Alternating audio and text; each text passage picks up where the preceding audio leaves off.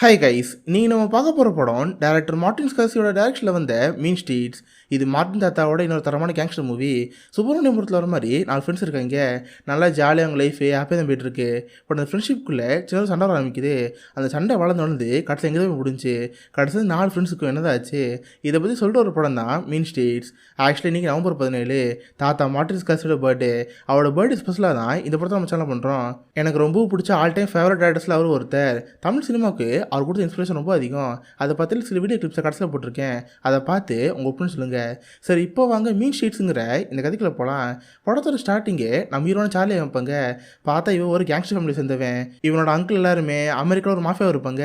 இவனுக்கு அவன மாதிரி கேங்ஸ்டர் ஆசை இருக்குது. அதனால் அங்கிள் கூட இருந்துக்கிட்டு கொஞ்சம் தொழில் எடுத்துகிட்டு இருக்கான். அதுப்போ பக்கத்து வீட்டில் தரசன ஒரு பொண்ணு இருக்கா. இவனுக்கு அந்த பொண்ணு ரொம்ப பிடிக்கும்.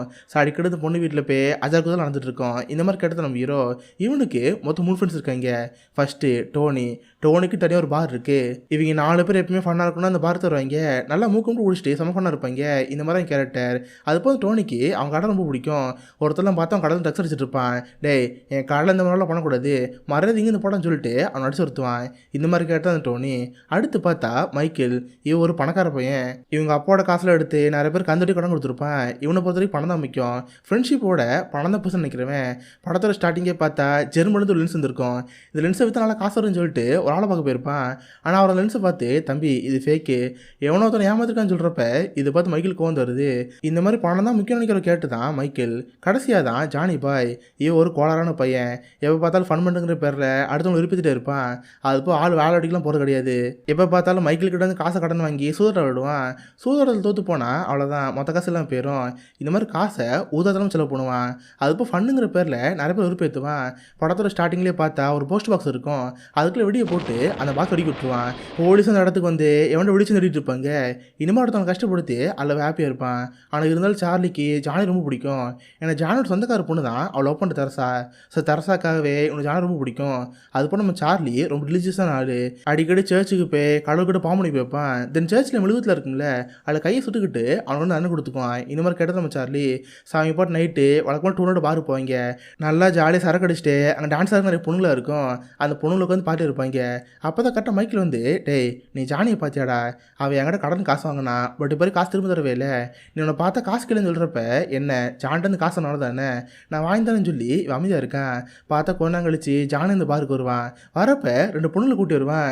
2 பொண்ணுங்க 2 பக்கம் வச்சுட்டு, என்ன மச்சான் எப்படி இருக்க பார்த்தியா, இவ பேர் ஹெய்தர், இவ பேர் சாரா, ஹே கேர்ள்ஸ் நீங்கள் போய் ட்ரிங்க்ஸ் ஆகி கொடுங்க, எல்லாத்துக்கும் நானே பே பண்ணுறேன்னு சொல்லிட்டு காசுலாம் கொடுப்பானா. இதை பார்த்து சார்லி கோந்த வருது. ஏன்னா வாங்கின கடன் காசு கட்டாமல் இன்னும் செலவு பண்ணிட்டு இருக்கால, இதை பார்த்து கோந்த வரும். அதனால கூட இருக்கிற 2 பொண்ணுங்களை பார்த்து, சரி கேர்ள்ஸ் நீங்கள் குடிச்சிட்ருங்க, எனக்கு ஜானோட ஒரு மீட்டிங் இருக்குன்னு சொல்லிட்டு ஜானி தட்டி கூட்டி போயிடுவேன்.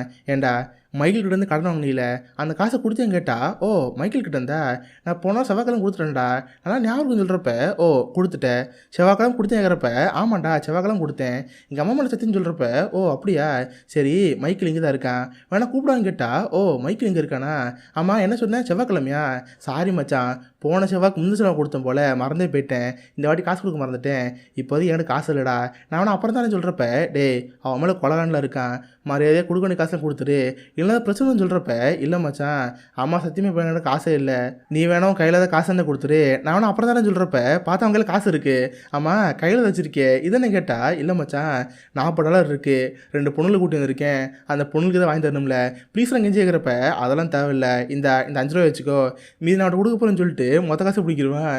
இதை பார்த்து ஜானி கிடைச்சதே தெரில, டே மச்சான் 2 பொண்ணுங்களை கூட்டி வந்திருக்கேன்டா, கொஞ்சம் மானமரியாதை இருக்குன்னு சொல்லிட்டு கொஞ்சம் காசை இங்கே வச்சுக்குவேன். விழுந்ததுக்கப்புறம் சாரி கேர்ள்ஸ் கொஞ்சம் மிஸ்ஸஸ் மீட்டிங் அதான் டைம் ஆயிடுச்சு, வாங்க நான் ஃபன் பண்ணலான்னு சொல்லிட்டு ஜானி அங்கேருந்து கூட்டி போயிடுவான். இதை பார்த்து சார்லிக்கு என்ன சொல்ல தெரில, அவனும் ஜானிக்கிட்ட இருந்து வாங்கின காசை மைக்கில் கொடுத்துருவான். கட் பண்ண அடுத்த நாள் சார்லி அங்கிளை பார்க்க போவான். அவரும் ஒரு மாஃபியா கேங்காச்சு. அவருக்கு நிறைய பேர் கடன் வாங்கி கடன் வச்சுருப்பாங்க. அந்த கடனை வாங்குறதுக்கு நம்ம ஹீரோ யூஸ் பண்ணுவார். இவனும் சேர்ந்து ஒரு ரெஸ்டாரண்ட் போய் அந்த ஹோட்டல் ஓனர்கிட்ட காசு கேட்டு இருப்பான். அவரோட பேர் பார்த்து ஆஸ்காரு. இவருக்கு பிஸ்னஸ் பார்ட்னர் ஒரு ஃப்ரெண்டு இருந்திருப்பான். அந்த ஃப்ரெண்டு பால் விட்டு போயிட்டான். இப்போதைக்கு அவரோட கடன் கட்டுறது காசே இல்லை, இங்கே பாருப்பா என்னால் இப்போதைக்கு கடலாம் கட்ட முடியாது, வேணா உங்கள் அங்கிளையே இந்த ஹோட்டல் எடுத்துக்க சொல்லிக்கோ, இதை பண்ணாலும் இப்போதைக்கு பண்ண முடியும்னு சொல்கிறப்ப இதை பார்க்க இருக்குன்னு சொல்ல தெரில.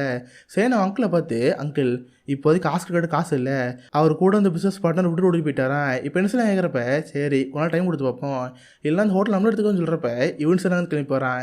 இவங்களுக்குன்னு வாழ்க்கையில் அந்த லட்சியம் இருக்காது, கிடைக்கிற காசை வச்சு அன்னன்னைக்கு ஹாப்பியாக இருப்பாங்க. பார்த்தா அந்த ஒரு 2 சின்ன பசங்க இருப்பாங்க, அவங்களுக்கு வெடி வாங்கின ஆசையாக இருக்கும். ஆனால் அமெரிக்காவில் வெடி வாங்குறது இல்லையான விஷயம். ஸோ அந்த பசங்களை ஏமாற்றி அவங்ககிட்ட இருந்து காசு ஆடி போட்டுருவாங்க. அந்த காசு எடுத்து ஸ்ட்ரெயிட்டாக சாலையை பார்க்க போவாங்க. டே மச்சான் 2 பொடி பசங்க மாட்டினாங்க, அவங்ககிட்ட இருந்து காசு ஆட்ட போடுன்னு சொல்கிறப்ப வேற என்ன வேணும், படத்துக்கு வண்டி வரான்னு சொல்லிட்டு தேட்டருக்கு போயிடுவாங்க. இது மாதிரி தான் எந்த ஒரு அக்கறை இல்லாமல் தினம் படம் பார்த்துட்டு இருப்பாங்க. கட் பண்ண அடுத்த நாள் இவங்களுக்கு தெரிஞ்ச கிசனில் ஒருத்தன் பெட்டிங்காக காசு தரணும், அவனோட காசு வாங்கலாம்னு சொல்லிட்டு இவங்க கிசனுக்கும் போவாங்க. ஸ்டார்டிங்கில் அந்த ஆள் நல்லா தான் பேசிட்டு இருப்பாங்க, அவங்க ட்ரிங்க்ஸில் ஊற்றி கொடுத்து நல்லா தான் பேசிட்டு இருப்பான். ஆனால் கூடவே இன்னொரு ஃப்ரெண்டு ஒருத்தருப்பான். அவனை பார்த்து எனக்கு கோந்து வருது, காய்ஸ் நான் இவ்வளோ நேரம் உங்களுக்கு காசு தரலாம் தான் இருந்தேன், ஆனால் இவருக்கா பார்த்தீங்களா இவனுக்காக காசு தர மாட்டேன், இவர் மூக்குன்னு சொல்கிறப்ப யாருக்குன்னு புரியாது. ஆக்சுவலாக மூக்குனா முட்டாள். இது தெரிஞ்ச உடனே அவனுக்கு கோந்துருது. பார்த்தா 2 கேங்கும் மாற்றி சண்டை போட்டு இருப்பாங்க. ஒருத்தர் இன்னொருத்த மேலே ஏறி மாற்றி அடிச்சுட்டு இருப்பாங்க. நம்ம ஜானெல்லாம் பார்த்தா டேபிள் மேலே ஏறிடுவான், ஸ்டிக் எடுத்து சுற்றி அடிச்சுட்டு இருப்பான். ஆக்சுவலி இந்த ஃபைட்டிங்ஸை இன்ஸ்பைர் பண்ணி தான் மான் படத்தை ஒரு கார் ஃபைட் இருக்கும்.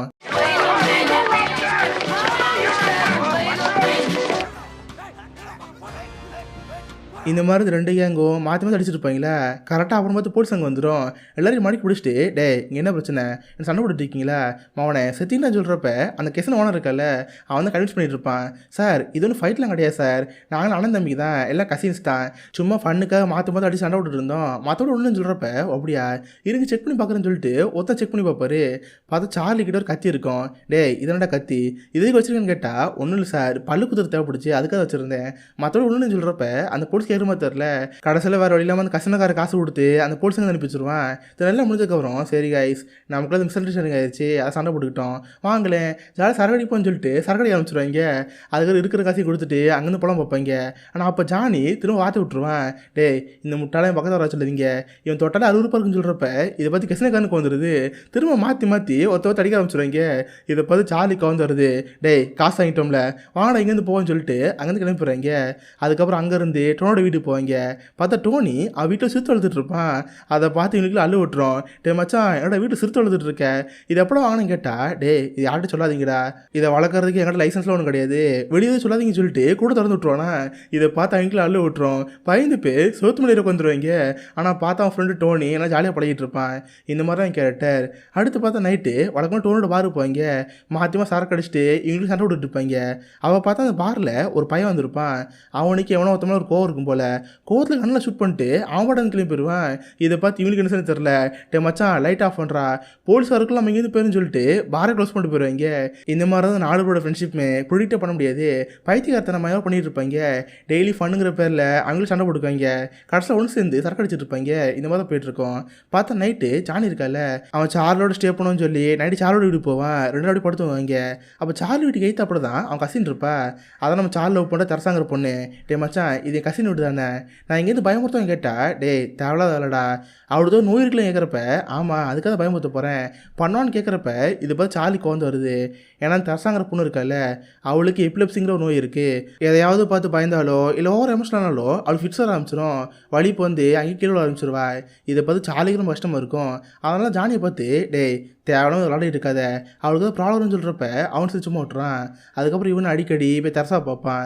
2 இடத்துக்கு நடுவில் அமுட்டுமா அமல்டுமால் தான் டெய்லி ஒருத்தர் மீட் பண்ணி அவனுக்கு ரொமான்ஸ் போயிட்டே இருக்கும். அதுப்போ அடிக்கடி சார்லி அவன் அங்கிளையும் பார்க்க போவான். பார்த்தா அவர் ஒரு மாஃபியா கேங்ஸ்டர் ஆச்சு. இவனுக்கு தான் அவர் மாதிரி மான ஆசையாக இருக்கே.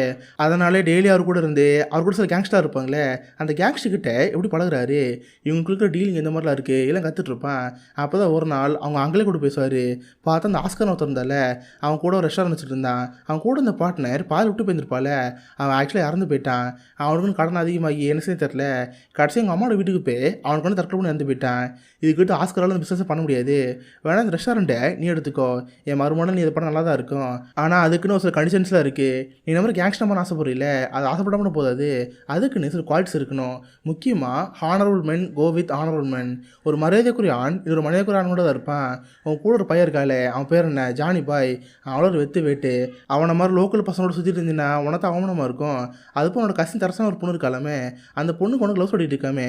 உண்மைன்னு கேட்டால் ஆமாம் அங்கிள், எனக்கு அந்த பொண்ணு பிடிச்சிருக்கு, அவளை கல்யாணம் பண்ணிக்க போகிறேன்னு சொல்கிறப்ப, டே அந்த குடும்பம் ஒரு கொலகான குடும்பம்டா, அந்த பொண்ணுக்கு அது நோய் இருக்காமே, மண்டையில் அது நரம்புல பாதிப்பட்டிருக்காமே. உண்மைன்னு கேட்டால் அப்படி ஒன்றும் கிடையாது அங்கிள், அது பேர் எப்பிலெப்சி. இந்த மாதிரி தான் கோவமாயிட்டாங்கன்னா ஃபிட்ஸாக ஆரம்பிக்கும், அவ்வளோதான் சொல்கிறப்ப எல்லாம் ஒன்று தான். இந்த மாதிரி லோக்கல் ஆளுங்களோட பழக்க வச்சுக்காத, அவங்க பழக்கத்தை கட் பண்ணிக்கோ. அப்புறம் அந்த ரெஸ்டாரண்ட் நீ எடுத்துக்கோன்னு சொல்கிறப்ப இதை பார்க்குற சார்லி கணேசனே தெரில. கரெக்டாக அப்பன்னு பார்த்தாங்க மைக்கில் வந்திருப்பான். பின்னர் வந்து நம்ம ஹீரோ பார்த்து, டே மச்சான் கொஞ்சம் தனியாக வாடா, உங்கள்கிட்ட பேசணும்னு சொல்கிறப்ப இதை பார்த்து அவங்க அங்கிளுக்கு வந்துடுது. டே இவ்வளோ ஃப்ரெண்டாடா, நம்மளோட பேசிகிட்டு இருக்கோம்ல, மரியாதை இல்லாமல் பின்னாடி கூப்பிட்டுருக்கானே, இதெல்லாம் சொல்கிறது லோக்கல் பசங்க கூட சாவகாசம் வச்சுக்காத. சரி இப்போ ஏதோ ஒன்று பண்ணி தொழில்னு சொல்கிறப்ப இவனு சரி வெளியே வரான். இவன் அங்கிள் இந்த மாதிரி சொன்னதான் மைக்கில் கேட்டிருப்பான். தென் சார்லி கூப்பிட்டு வெளியே போய், டே மச்சான் நான் உன்னை நம்பி தான் ஜானிக்கெலாம் காசு கொடுத்தேன், பார்த்து இப்போலாம் காசு ஒழுங்கு கட்டுறதே இல்லை, கடைசி 2-3 மாதமாக காசை கட்டாமல் ஏமாந்துட்டு இருக்கான், நீ இதை காசு வாங்கி சொல்கிறப்ப, சரி மச்சான் கவலைப்படாத, நைட்டு பார் மீட் பண்ணோம்ல, நான் அவன்கிட்ட பேசி வாங்கிதான்னு சொல்கிறப்ப இவனு சரிந்து போகிறதா இருப்பான். அவன் மைக்கிலேக்கும் சார்லி கூப்பிட்டு, டே மச்சான் உன் அங்கிள் பேசுனதை நான் கேட்டுட்டு தான் இருந்தேன், அவர் ஒன்று பார்த்து லோக்கல் சொல்கிறாரு, அவர் என்ன நினச்சிருக்கான்னு கேட்குறப்ப, சாரிடா அவரே தெரியாமல் சொல்லிட்டாரு, நான் அவனை அடியாக பார்க்குறேன், சரி இப்போ அவருக்கு நான் சாரி வைக்கிறேன்னு சொல்கிறப்ப இதை பார்த்து அவனுக்கு கோமதாக இருக்குது. பட் இருந்தாலும் சார்லிக்காக அவனை வந்து கிளம்பி போயிடுறான். கட் பண்ண நைட்டு வழக்கமாக டோனோட பாரு போவாங்க, எப்போவும் போல நல்லா ஜாலியாக சரக்கு அடிச்சுட்டு நல்லா ஃபன் பண்ணிட்டு இருப்பாங்க. ஜானி வரும்னு பார்த்துட்டு இருப்பாங்க, பார்த்து நைட்டில் ஜானி வர மாட்டான், இவங்களும் வெயிட் பண்ணி பார்த்துட்டு இருப்பாங்க. கடைசிக்கு வர மாதிரி தெரில, சரின்னு சார்லி படுத்து தூங்கிடுவான். இதை பார்த்து மைக்கில் கோந்து வருது, டே மச்சான் ஜானி எங்கடா, நீ சொல்லி தானே இவ்வளோ நான் அவனுக்கும் வெயிட் பண்ணேன், அவன் எங்கன்னு கேட்டா, டே உர்றா உனக்கு என்ன அதை வச்சு $20 தரணுமா, அது நான் தானே சொல்கிறப்ப என்னது $20, டே அது வட்டி கூட கரெக்டாக இருக்காது, மொத்தம் $3000 தரணும்னு சொல்கிறப்ப இதை பார்த்து அவனுக்கு ஆச்சரியமா இருக்குது, என்னது $3000, டே அவளோட கடன் வாங்கினு கேட்டால் அவளை கடலாம் வாங்கல, ஒரு 1500 கிட்ட வாங்கியிருப்பான், வட்டோடு சேர்த்து $3000 சொல்கிறப்ப இது போய் சார்லி கோந்து வருது. டே நீ ஃப்ரெண்டாக இல்லை கந்துட்டிக்காரனா, அவன் அவங்ககிட்ட கடன் காசு வாங்கியிருக்கானா, அதை கொஞ்சம் காசு எக்ஸ்ட்ரா கேட்கலாம், அதுக்கும் டபுளோட கேட்குறேன்னு கேட்குறப்ப இங்கே பாரு மச்சான், ஃப்ரெண்ட்ஷிப் வேறு பிஸ்னஸ் வேறு, எனக்கு $3000 வேணும்னு சொல்கிறப்ப, டே $3000 அதிகண்டா கண்டிப்பாக தர மாட்டான், ஏதாவது குறைச்சி போடுன்னு சொல்கிறப்ப, சரி அதிகபட்சம் 2000, எனக்கு இன்னும் 1 வாரத்துக்குள்ள அந்த காசு வேணும், அவன்கிட்ட வாங்கிதான்னு சொல்கிறப்ப, சரிடா வாங்கி தரேன்டா இங்கேருந்து போடான்னு சார்லிக்கு அவருக்கு வந்துடுது. சரி நைட்டு ஃபுல்லாக அலைஞ்சு ஒரு வேளை ஜானியை பார்த்துறான். பார்த்தா ஜானி வழக்கம் போல் பைத்தியக்காரதான் பண்ணிகிட்டு இருப்பான். ஒரு பெரிய பில்டிங் முன்னாடி நின்றுக்கிட்டு அவங்ககிட்ட பார்த்து ஒரு கன் இருக்கும், டே மச்சான் இங்கே பார்த்தியா இங்கே ஒரு டவர் இருக்குல்ல, இது ஷூட் பண்ண போகிறேன்னு சொல்லிட்டு அவன் ஷூட் பண்ணிட்டு இருப்பான். பக்கத்தில் பார்த்தா ஒரு பாட்டியோட வீடு இருக்கும், டவர் ஷூட் பண்ணுங்கிற பேரில் அந்த பாட்டியோட கண்ணை உடச்சுட்ருவான். பாட்டி தெரியாமல் ஷூட் பண்ணிட்டேன் மடிச்சுன்னு சொல்கிறப்ப இது போய் சார்லி கோந்து வருது. பின்னாருந்து மண்டல் அடிச்சு, டே என்னடா பண்ணிகிட்டு இருக்க, இவ்வளோ நேரம் நானும் மைக்கில் உனக்காக பால் அவுட் பண்ணிட்டு இருந்தோம், இங்கே பாரு நீ மைக்கில் கிட்ட அதிகமாக கடன் வாங்கியிருக்க, அவன் ஒட்டோடு சேர்த்து $2000 கேட்குறான், எப்படா கொடுப்பேன்னு கேட்டால், என்னது $2000, டே என்கிட்ட $20 இல்லாமல் இருக்குது, நான் எப்போ கொடுப்பேன்னு சொல்லிட்டு அவனோட படுத்து தூங்கிட்டு இருக்கேன். இதை பார்க்குற சார்லி கணேசனே தெரில. என்னை இவனை பொறுத்த வரைக்கும் ஜான் ஒரு பெஸ்ட் ஃப்ரெண்டு, அது போக இவன் லவ் பண்ணுற பொண்ணோட கசினு, இவன் விட்டு கொடுக்க முடியல, வேறு வழி இல்லாமல் ஜான் எங்கேருந்து கூட்டி போவான். கட் பண்ண அடுத்த நாள் தெரசா மீட் பண்ணுவான். ஏன்னா அவங்க மாமா தெரசா கூட பழக்கூடம் செஞ்சிருப்பார்ல, அதனால் தெரசா பார்த்து, இங்கே பாரு தெரசா என்னோட அங்கிள் எனக்காக ஒரு ரெஸ்டாரண்ட் எழுதி தர சொல்லியிருக்காரு, ஆனால் அதுக்கு உங்களோட பழக்கூடம் சொல்கிறாரு, எல்லாத்துக்கும் காரணம் ஜானி கூட பையன் தான், அவனை பார்த்து கோமாய் தான் உங்களோட பழக்கூடம் சொல்லிட்டு இருக்காரு, வேணும் கொஞ்ச நாளைக்கு நமக்கு தனியாக இருப்போம், அதுக்கப்புறம் திரும்ப ஒன்று சொல்லலாம் சொல்கிறப்ப இதை பார்த்தாலும் கோவம் வருது. இங்கே பார் சார்லி எனக்கு ஒன்று ரொம்ப பிடிக்கும், ப்ளீஸ் என்னோட போயிடாத, நான் எப்போ உங்களோட இருப்பேன்னு சொல்கிறப்ப இதை பார்க்குற அவனுக்கு என்ன சொல்ல தெரில. சரி நான் அங்கேருந்து வழக்கமாக ஃப்ரெண்ட்ஸை பார்க்க போவான். மைக்கில் இப்போ பார்த்தா கொலகானில் இருப்பான். ஏன்னா ஜானி அப்போ காசு தர இப்போ காசு தரேன்னு சொல்லி ஏமாச்சிருக்கால, இதை பார்த்து அவனுக்கு கோவம் தான் இருக்குது. அவன் கூட கையால் ஜிம்னு ஒரு பையன் கொடுத்துருப்பான். இது யாருன்னு தெரியுதா, நம்ம டேரக்டர் மார்ட்டின் ஸ்கார்சி, சின்ன வயசில் ஆள் இந்த மாதிரி இருக்காரு, ஒரு அடியாள் மாதிரி தன் கூட வச்சுருக்கேன். இங்கே பாரு மச்சி, இன்னைக்கு நைட்டு தான் ஜானி கடைசி நாளாக இருக்கும், இன்னைக்கு நைட்டுக்குள்ளே காசு தந்தே ஆகணும், நைட் எப்போ நம்ம ஒரு பாரில் மீட் பண்ணுவோம்ல அந்த பாருக்கு நீ கூட்டி வா, இன்றைக்கி அந்த பாருக்கு வராமலோ இல்லை காசு தராமல் ஏமாத்தினாலோ அவ்வளோதான் போட்டு அடி நடிப்பேன், நடுத்தரில் அடி தொங்க விடுவேன், என்னோட சொல்லுவேன்னு சொல்லிட்டு மைக்கில் கோவத்தில் பேசிட்டு போவான். இதை பார்க்குற சார்லி கணேசனே தெரில. சரி நான் அவனை அங்கேருந்து தெரசா தான் பார்க்க போவான். ஏன்னா நேற்று நைட்டு ஜானியை பார்த்துருப்பான், அதுக்கப்புறம் எங்கே போனேன்னு தெரியாது, மேபி தெரசா வீட்டில் இருக்கலாம்னு சொல்லிட்டு தெரசா பார்க்க வந்திருப்பான். பார்த்தா அங்கேயுமே இருக்க மாட்டான். இதை பார்த்து சார்லியே கோருது. ஏன்னா போக டைம் போயிட்டே இருக்குது, இந்நேரம் பாரில் மைக்கில் பார்த்துருக்கணும், அவன் எங்கே தான் போயிட்டானு இருக்கிறப்ப பார்த்தா ஜன்னலுக்கு வெளியே தான் இருப்பான். ஜன்னலுக்கு வெளியே இருந்து இங்கே ரொமான்ஸ் போட்டு எட்டி பார்த்துருப்பான். என்ன மச்சான் நீ என் கசனை என்ஜாய் பண்ணியிருக்கீங்க போலியே, நான் எட்டி பார்த்தேன்னு கேட்டால், டே உனக்காண்டி வெயிட் பண்ணிட்டு இருந்தேன், எங்கடா போய் தொலைஞ்ச? சரி வா மைக்கிள் கிட்ட போனோம், அவங்கள்ட்ட காசு கேட்டான்னு சொல்கிறப்ப என்னது காசா? அதெல்லாம் தரமா தெரில. சரி நீ ஏன் காசு என்ன பண்ண போகிறீங்க? கல்யாணம் பண்ணிக்க போகிறீங்களா இல்லை கால்ஃபில் எப்படி தான் இருக்க போகிறீங்களா? ஓ அங்கிள் வேறு என் கூடலாம் பழவடான்னு சொல்லியிருக்காருமே, அது போக இவ்வளோ வேறு கல்யாணம் பண்ணிக்க போகிறேன், இது அங்கிள் கிட்ட சொல்லுவாங்க கேட்குறப்ப இதை பார்த்து உனக்கு வந்து வருது. ஜானி மட்டும் சாம கடுப்பாகி அவனை அடிச்சுட்டு இருப்பான். இதை பார்த்து தெரசாக்கு என்ன சொல்லி தெரில. ப்ளீஸ் 2 பேரும் சண்டை போடாதீங்க ஜானி விடுன்னு சொல்கிறப்ப கரெக்டாக பார்த்தா ஃபிட்ஸ் வந்துடுது. வலிப்பு வந்து கீழும் துடிக்க ஆரம்பிச்சிருவா. இதை பார்த்து சார்லிக்கு ரொம்ப கஷ்டமாயிரும். கரெக்டாக ஒரு வயசான பாட்டி வந்து சரிப்பா நான் அவளை பார்த்துக்கிறேன், நீ அவனை இங்கேருந்து கூட்டி போய்ட்டான்னு சொல்கிறப்ப இவனு ஜானி அங்கேருந்து கூட்டி போவான். ஜானி போட்டு அடி நடிச்சு டேய் அந்த காசெல்லாம் என்ன பண்ணிகிட்டு இருக்க? சரி இப்போதைக்கு அவனை பார்ப்போம், பார்த்து பேசுவோம், இருக்கிற காசை கொடுத்து மீதி காசு அப்புறம் தரனா சொல்லு, வா இங்கேருந்து போன்னு சொன்னால் என்னது காசா? டேய் என்கிட்ட சுத்தமாக இல்லடா, ஒரு $2 தான் இருக்குன்னு சொல்கிறப்ப என்னது $2? சரி இந்த இப்போதைக்கு என்கிட்ட காசு இருக்குது, மொத்தம் $30 இருக்குது, இதை இப்போதைக்கு கொடுத்து பேசாமளிப்போம், அவனோட ஃப்ரெண்டு தானே நம்ம சொன்னால் கேட்போன்னு சொல்கிறப்ப ஜானோட பிளான் வர மாதிரி இருக்கு. டே மச்சான் உன் அங்கிள் ஒரு கேங்ஸ்டர் தானே, வேணா அவர்கிட்ட காசு கேட்டு பாருவேன், அந்த காசை வச்சு கடன் அடிக்கலாம்னு சொல்கிறப்ப இதை பார்த்து உனக்கு குழந்தை வருது. ஏன்னா அவங்க மாமா ஜானோட பழைய கூடாதுன்னு சொல்லிட்டு இருக்காரு. இப்போ இவனுக்காக மாமா கிட்ட கடன் வாங்க சொல்கிறாள். இதை பார்த்து கோமாயி என்னோட பாரு போய்ங்க நல்லா ஜாலி சரக்கு அடிச்சிட்டு அவங்க கூட என்ஜாய் பண்ணிட்டு இருப்பாங்க. பார்த்தா கோணம் கழிச்சு மைக்கில் அங்கே வருவான். வரப்பவே ஆள் கோவத்தில் தான் வருவான். என்ன ஜானி நிறைய ஊட்டியில், சரி காசை கொடு நான் பாட்டிக்கு போகிறேன்னு சொல்கிறப்ப பார்த்து $20 தருவான். இதை பார்த்து உனக்கு கோவம் வருது. எனது $20? ஏண்டா இந்த பிச்சை காசு தான் எவ்வளோ வெயிட் பண்ணனா, மறுபடியும் ஃபுல் காசை கொடுன்னு சொல்கிறப்ப இதை பார்த்து ஜானி கோவந்துருது.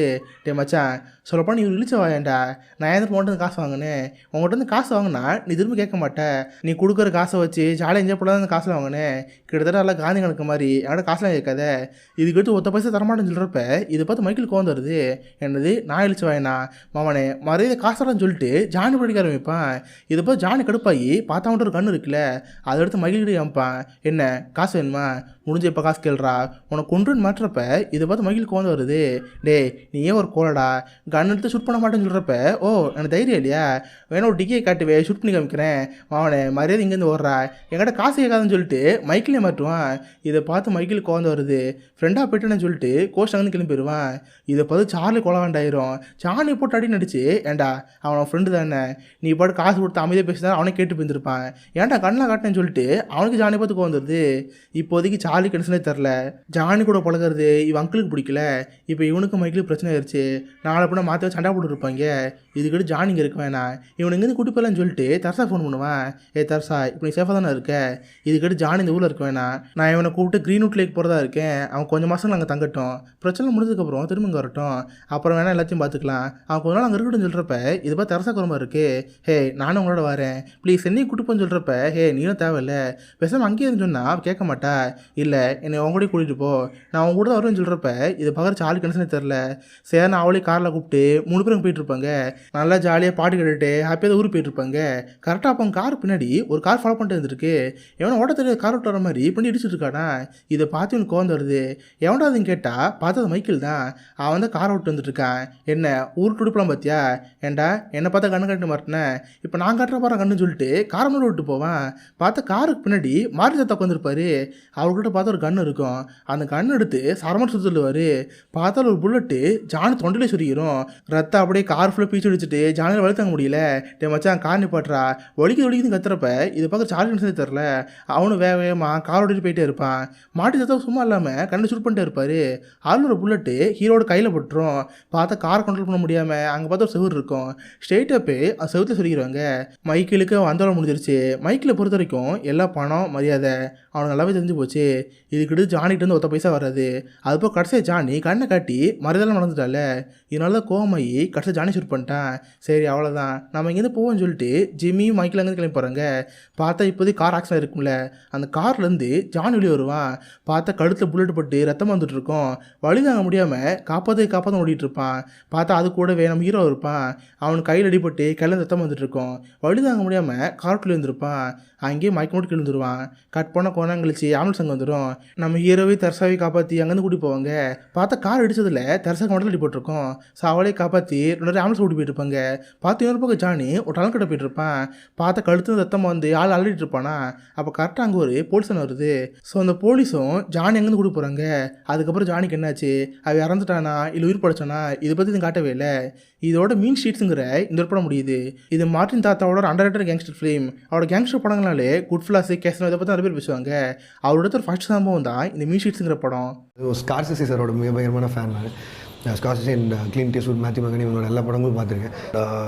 குட் ஃபெலாஸ் படம் எனக்கு ரொம்ப பிடிச்ச படம். அது ஸ்கார்சிசி அவங்களோட குட் ஃபெலாஸ் பிடிக்கும். அதில் என் ஸ்கார்சிசின்னு ஒருத்தர் இருக்கிறது தெரிய வந்ததுக்கப்புறம் அவரோட படங்கள் பார்க்க ஆரம்பிச்சோம். நிறைய படம் சொல்லலாம், பட் டிபார்ட்டட் சொல்லலாம். ஏன்னா நான் கம்ப்ளீட்டாக ஃபாலோ பண்ணது, அதாவது மார்ட்டின் ஸ்கார்சிசியோடைய ஷார்ட் ஃபிலிம்ஸ் வரைக்கும், ஐ மீன் ஹூஸ் நாட் கேன் பி டோன்ங்கிற ஒரு ஃபர்ஸ்ட் ஃபிலிம் வரைக்கும் பார்க்கணும்னு சொல்லி முடிவு பண்ணது வந்து அவரோட டாக்ஸி டிரைவர் பார்க்க ஆரம்பிச்சிருந்தான். ஸோ அதிலிருந்து தான் நிறைய லேர்னிங் நினைக்கிறேன். ஏன்னா அது வந்து அந்த படங்கள் வந்து ரிப்பீட்டடாக பார்த்துருக்கேன். ஷட்டர்லேண்ட்லேருந்து அவங்க ஸ்கார்சிசியும் டெனிரோட கொலாபரேஷனில் வந்த 9 படங்களையும் எவ்வளோ தூரம் ரிப்பீட் பார்த்துருப்பேன்னு கூட தெரியாது. அப்படி என் ஃப்ரெண்ட்ஸ் கிட்ட இருந்து கிடைச்ச டிவிடிஸ்லாம் நான் திரும்ப திரும்ப வந்து மார்ட்டின் ஸ்கார்சிசி அதிகமாக பார்த்துருக்கேன். நான் என்ன பாதிச்சது வந்து அந்த மார்ட்டின் ஸ்கார்சிசி படங்கள் தான். ஸ்கார்சிசி வந்து எனக்கு எப்படின்னா, I am surprised by the kind of zest and life that he has. At the age of 70 he is able to do a film like Wolf of Wall Street. He's an ambitious man, and again the mind over body category. The kind of energy that he has, இப்போ கூட அவரோட latest interviews பார்த்தா கூட நம்மளுக்கு ஆச்சரியமா இருக்கும். The kind of excitement he has and the passion that he has towards cinema is very very very surprising. ஒரு top 3 directors Scorsese ரொம்ப பிடிக்கும். உண்மையிலே நான் மார்ட்டின் ஸ்கார்சிசியோட மிகப்பெரிய fan. My most favorite director is Martin Scorsese. Okay. So all of his films, almost, I consider him a master. So I remembered Martin Scorsese's films. The way some of them are written. அவர் உங்களோட favourite டைரக்டரா? He is my most favorite director. Okay. Sir. He is my master. I think to many directors he must be. Right. Very very big Martin Scorsese fans. Martin Scorsese, the best living American director. My apologies to all the other directors, but a lot of them would agree with that. That quote was from our great Martin Scorsese. So.